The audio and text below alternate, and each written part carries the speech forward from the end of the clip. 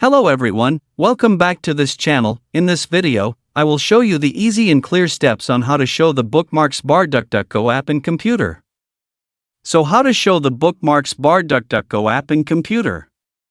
Make sure you keep watching this video until the end. Let's get started right away.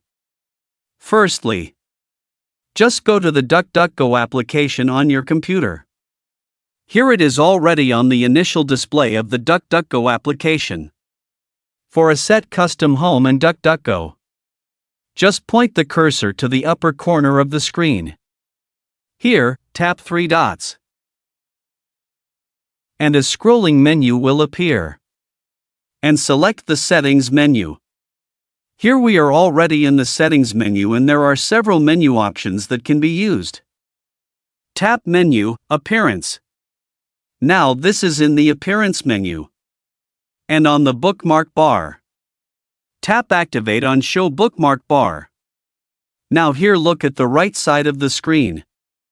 The Bookmark bar has appeared. And tap here several URLs come out. And you can edit it. So that's it, tutorial how to show the Bookmarks bar Duckduckgo app in computer. Thank you for watching. I hope this video is useful. See you in the next video.